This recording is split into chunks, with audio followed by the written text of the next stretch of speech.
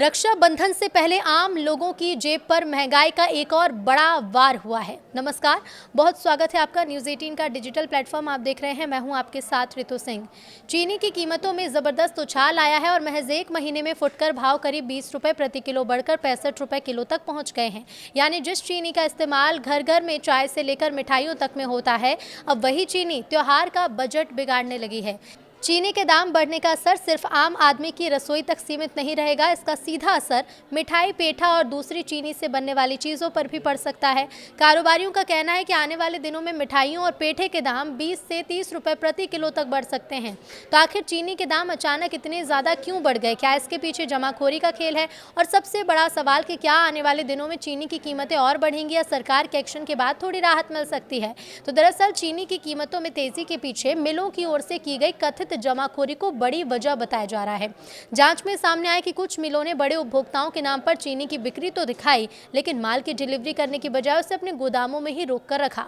इससे बाजार में कृत्रिम कमी पैदा हुई और कीमतों पर बदलाव जो है वो बढ़ गया है। सरकार के खाद्य मंत्रालय की ओर से 13 अगस्त 2026 को जारी पत्र में भी इस स्थिति को लेकर जानकारी सामने आई। बताया ये जा रहा है कि देश में चीनी की कुल खपत का करीब जो 65% हिस्सा है वो बड़े उपभोक्ताओं द्वारा किया जाता है। अब ऐसे में इस वर्ग के पास ज्यादा स्टॉक रहने से बाजार में उपलब्धता प्रभावित हो सकती है। सरकार ने अब इस पर सख्ती करना भी शुरू कर दिया है। 1 सितंबर 2026 से 10 मीट्रिक टन से ज्यादा मासिक खपत करने वाले बड़े उपभोक्ता 15 दिन से ज्यादा का चीनी स्टॉक नहीं रख सकेंगे। इसमें मिठाई विक्रेता और शीतल पेय बनाने वाले बड़े कारोबारी भी शामिल हैं। तो वहीं थोक बाजार में भी चीनी के दाम में बड़ा उछाल देखने को मिल रहा है। बृहस्पतिवार को चीनी करीब 6,200 रुपये प्रति क्विंटल, खांडसारी 6,000 रुपये, बूरा 6,600 रुपये और तगार करीब 6,700 रुपये प्रति क्विंटल बिका है।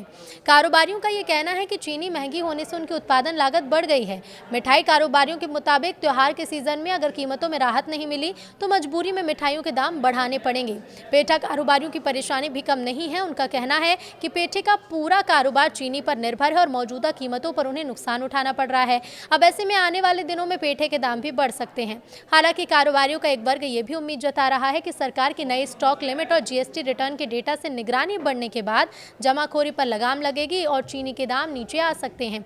लेकिन फिलहाल सबसे बड़ा सवाल यही है कि रक्षाबंधन के त्योहार पर मिठाई खरीदने वालों की जेब पर कितनी और मार पड़ेगी और चीनी के दाम आखिर कितने ऊपर जाएंगे।